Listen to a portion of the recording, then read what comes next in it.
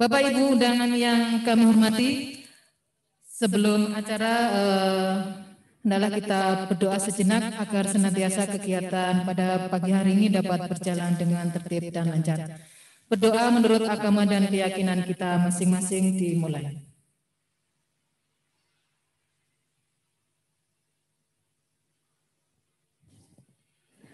Berdoa selesai. Bapak Ibu serta hadirin yang dirahmati oleh Allah Subhanahu wa taala, acara pada pagi hari ini adalah sambutan tunggal dan pembukaan secara langsung pelaksanaan musyawarah rencana pembangunan daerah kelurahan serentak se-Kecamatan Kepanjen Kidul oleh Camat Kepanjen Kidul. Baiklah Bapak Ibu, langsung saja kami haturkan waktu dan tempat kepada Bapak Camat Kepanjen Kidul, kepada yang terhormat Bapak Parto MSI, disilakan.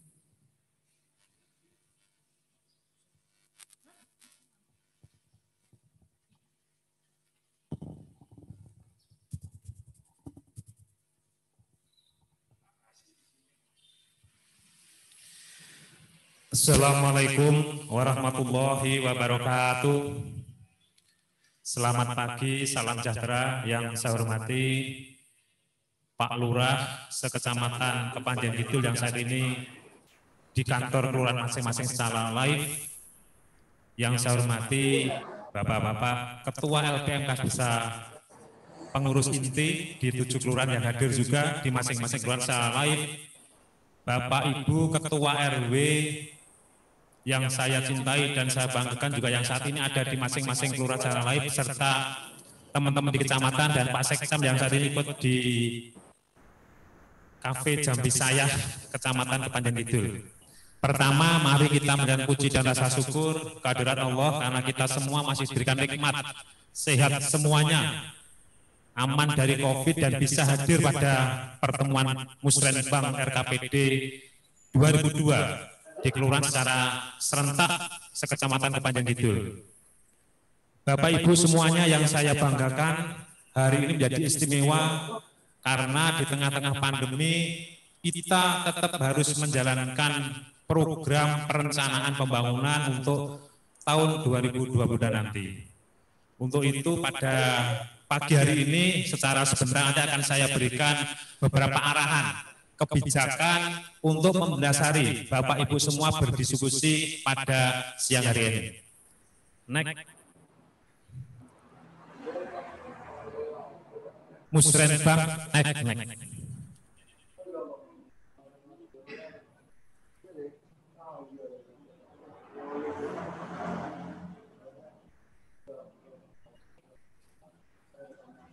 Musrenbang pada hari ini Bapak Ibu nanti akan membahas dan menyepakati usulan pembangunan yang diusulkan dari RW untuk tahun pembangunan 2022.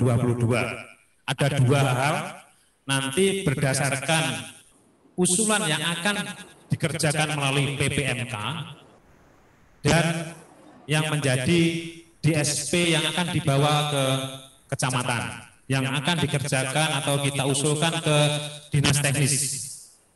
Yang kedua, nanti membahas masalah-masalah di RW ketika usulan RW tadi ternyata belum masuk di PPMK dan DSP kecamatan karena terbatas anggaran di pemerintah kota. Nanti ini bahasan Bapak Ibu semuanya. Yang ketiga, mengklasifikasi usulan DSP kecamatan nanti sehingga akan muncul di kelompokan di 4 bidang. Ada sosbud, ekonomi, infrastruktur, dan pembangunan manusia dan masyarakat. Jadi nanti mengelompokkan itu. Yang terakhir nanti menentukan delegasi dari kelurahan. Karena saat ini pandemi, kelihatan akan dibatasi siapa nanti yang ikut musren di tingkat kecamatannya. Jadi itu nanti yang perlu disepakati pada pertemuan musren hari ini. Bapak Ibu semuanya yang saya banggakan, ada hal baru dalam masa pandemi ini terkait dengan pelaksanaan musrenbang. Karena masa-masa COVID, semua harus menjalankan protokol kesehatan dengan ketat.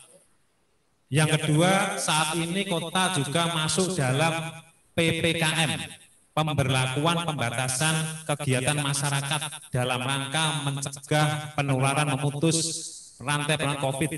Maka nanti Musrenbang juga satu dibatasi waktunya, pelaksananya siang hari, jumlah peserta juga terbatas seperti saat ini, dan kita manfaatkan jaringan internet seperti ini. Apalagi 5 tahun ke depan Kota Blitar sudah mendeklarasikan sebagai Smart City, pemanfaatan internet di masing-masing tingkatan nanti, termasuk di wilayah RT RW akan dibangun WiFi nanti. Yang ketiga, diskusi nanti tolong Pak Lurah bisa mengendalikan untuk terbatas waktunya, biar kerumunan meskipun berjaga jarak, memakai masker tetap, tetapi bisa lebih singkat waktunya. Next. Nah, terkait dengan diskusi pada pagi hari nanti, ada 6 fokus arahan dari RKPD Kota Blitar tahun 2022 dan rancangan teknokratik RPJMD Kota Blitar sampai tahun 2024 nanti. Ada 6, Bapak Ibu sudah melihatnya, terkait dengan kemiskinan pengangguran, terkait dengan perdagangan jasa pariwisata dengan berbasis digital, tetap pelayanan pendidikan dasar dan kesehatan, penyelenggaraan yang efektif, pemerintahan yang bersih dan efektif, peningkatan nilai religius, dan terakhir terkait dengan tetap infrastruktur dan lingkungan hidup. Ini nanti mohon silakan didetailkan, baik PPMK maupun DSP di bawah kecamatan nanti pada dasarnya mengikuti pada fokus ini. Jadi tidak boleh keluar dari 6 isu strategis kota sebagai acuan dalam Musrenbang tahun 2022 ini nanti. Sehingga nanti Bapak Ibu semuanya bisa lebih fokus untuk meskipun ruangnya terbuka banyak, tidak langsung sih pendidikan juga terkait dengan pendidikannya, tapi kan pendidikan yang menunjang di dalamnya juga bisa. Jadi nanti mohon ini bisa diekspor sehingga bisa detail terkait dengan persoalan di RT, di RW sudah diinventarisir untuk usulan menjadi pemecahannya, itu yang menjadi landasan untuk dipakai acuan 6 isu strategis ini. Next. Bapak Ibu semuanya mungkin terkait Musrenbang seperti itu, tapi yang harus kita pahami bersama karena saat ini masih pandemi, Bapak Ibu semuanya, Pak RW, LPMK dan seluruh tokoh yang mendengarkan saat ini, kami titipkan karena arahan dari Presiden, Gubernur sampai Bapak Wali Kota Blitar sudah jelas, Kota Blitar sekarang penambah seperti ini, terakhir kemarin sudah 1.269. Di sisi kanan ini ada semua kelurahan sekota Blitar kena semuanya.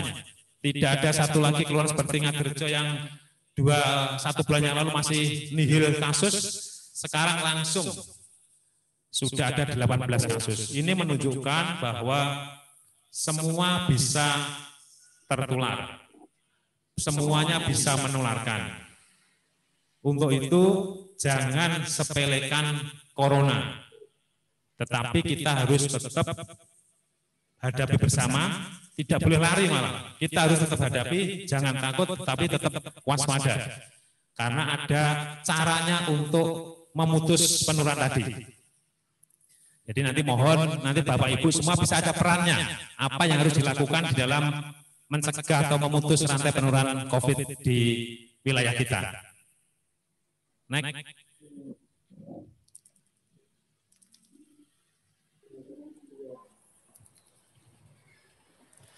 Terkait dengan peran masyarakat di masa pandemi, Bapak Ibu semuanya, kami bisa mengharapkan paling enggak ada 3 fase.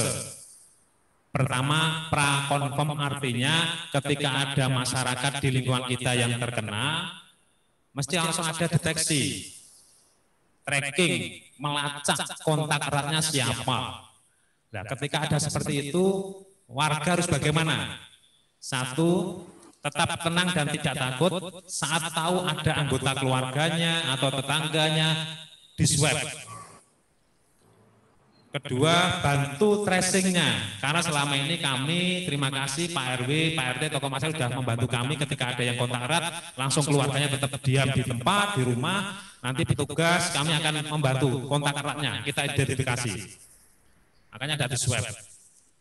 Ketiga, peduli. ikut menjaga ketika yang bersangkutan kontak erat tadi tetap di rumah, tidak kemana-mana, Pak RW, Pak RT, tokoh masyarakat membantu peduli untuk menjaga biar yang bersangkutan tetap di rumah, tidak keluyuran kemana-mana, sampai menunggu swabnya keluar. Yang keempat, empati, membantu keperluan selama mereka isolasi. Meskipun kami pemerintah juga hadir, nanti makan 3 kali kita bantu dari dinas sosial, kebutuhan untuk selama isolasi seperti minyak, sabun itu kita bantu. Tetapi kebutuhan yang lainnya, karena mungkin anak kecil ada di dalamnya, silakan nanti dari lingkungan bisa membantu itu. Kalau orangnya kaya, pengennya ini, udah totalan nanti ketika sudah selesai. Tetapi kalau orangnya nggak mampu, udah diikhlaskan toh ini untuk membantu kita semuanya, ya udah bisa selesai itu. Itu ketika pra-confirm. Saat yang bersangkutan confirm ada beberapa yang perlu kita lakukan. Beri dukungan moral dan doa. Karena kita tahu semua bisa tertular, semua bisa menularkan COVID. Kalau hari ini ada warga kita, tetangga kita yang kena, tidak masalah, tetap semangat. Jangan biarkan dia tetap ketakutan tidak, tapi buat nyaman, senang, gembira, karena itu bisa membantu imunnya. Ini membentuk antibodi untuk melawan virus itu. Yang ketiga, ambil peran berharga, jangan meremehkan untuk lebih meningkatkan dan mengingatkan disiplin protokol kesehatan pada semuanya. Yang keempat, buktikan ketangguhan RW, karena saat ini rumah sakit juga overload, tempat-tempat isolasi yang sudah disiapkan pemerintah juga overload, mohon bisa kehadiran RW tangguh bisa menjadi solusinya. Dengan cara mulai mencoba mengidentifikasi kalau ada tempat-tempat yang bisa dipakai untuk isolasi ketika ada warga kita di lingkungan kita yang confirm. Sambil menunggu rumah isolasinya ada atau rumah sakitnya siap. Hanya untuk di masing-masing kelurahannya sendiri, di RW-nya sendiri. Yang ketiga, ketika sudah selesai, itu pasca kena confirm. Satu, jangan kucilkan. Rangkul mereka, karena COVID bukan aib. Peduli, ikut membantu menjelaskan kepada tetangga kalau yang bersangkutan sudah sembuh, dan semuanya wajib untuk tetap protokol kesehatan. Yang terakhir, empati, tetap membantu mengingatkan yang bersangkutan juga warga yang sekitarnya untuk tetap disiplin tadi. Jadi ini semua tanggung jawab kita bersama, bisa membantu semuanya, biar pandemi ini sudah selesai, aktivitas bisa jalan. Yang terakhir yang perlu kami sampaikan, Bapak Ibu semuanya, di 2 minggu terakhir ini pemerintah kota gencar untuk melakukan sosialisasi juga, edukasi, termasuk pemindahan dan penindakan dan pemantauan penerapan PPKM. Saya sudah menyampaikan himbauan itu lewat leaflet, ada khususnya yang pokok, bukanya tempat usaha makan, minum, kedai, kopi, angkringan, silakan buka tidak masalah, tetapi dibatasi waktunya. Kalau makan di tempat hanya sampai jam 8 malam, kalau dibawa pulang, pesan antar masih bisa sampai jam 9 malam. Setelah itu ya harus tutup. Biar semuanya selesai, silakan di lingkungan bisa seperti dulu lagi, bisa biarkan jam malamnya, dibatasi jam keluarnya, biar kita bisa sama-sama istirahat untuk menjaga imun, memutus rantai penularan ini. Yang terakhir, yang sering terjadi di lingkungan kita, agar ada 3 kesalahan besar dalam lingkungan keluarga, biar COVID segera selesai. Karena kenapa atau COVID bisa menyebar? Satu, mereka merasa ada pemikiran, mereka kan kolega saya, jadi saya bicara tanpa masker tidak masalah. Apalagi tetangga saya, ini yang salah. Ini harus segera dirubah karena kita nggak tahu. COVID virus ini kan nggak kelihatan, meskipun tonggone, tapi kita nggak tahu kemana saja mereka tadi. Yang kedua, mereka teman dekat saya, jadi saya bisa bicara tanpa masalah. Itu sama saja dengan bunuh diri nanti. Makanya ini tolong kebiasaan ini dirubah, meskipun teman dekat, tapi kan kita nggak tahu dari mana aja mereka, kemana saja mereka, apa aja yang disentuh. Nah, ketika seperti itu kita harus tetap pakai masker.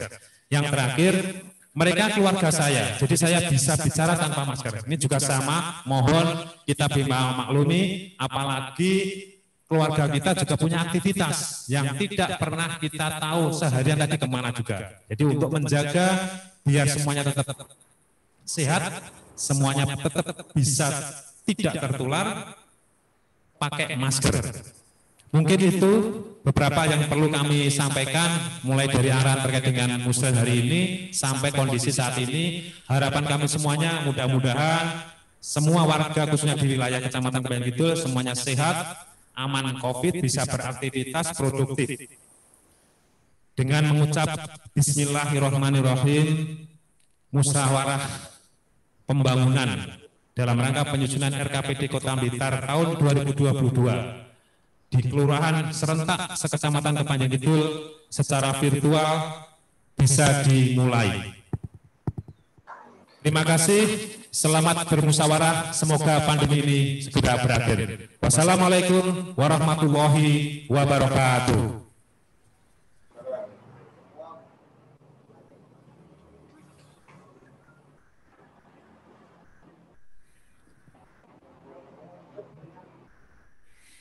Terima kasih Bapak Camat Kepanjen Kidul. Bapak Ibu yang kami hormati, demikian pembukaan musyawarah serentak kelurahan sekecamatan Kepanjen Kidul telah kita ikuti bersama, dan waktu akan kami kembalikan ke kelurahan masing-masing untuk dapat melanjutkan kegiatan musyawarah perencanaan pembangunan tahun 2022 di kelurahan sekecamatan Kepanjen Kidul. Jangan lupa tetap kita menetapkan protokol COVID-19. Semoga kita semuanya yang hadir dan keluarga yang ada di rumah serta seluruh masyarakat Kecamatan Kepanjen Kidul khususnya dan Kota Blitar pada umumnya diberikan kesehatan lahir dan batin jauh dari wabah COVID-19. Demikian yang dapat kami sampaikan. Waktu kami kembalikan ke kelurahan, mohon maaf bila ada kesalahan yang kami sengaja maupun tidak. Akhirnya wabillahi taufik wal hidayah. Wassalamualaikum warahmatullahi wabarakatuh.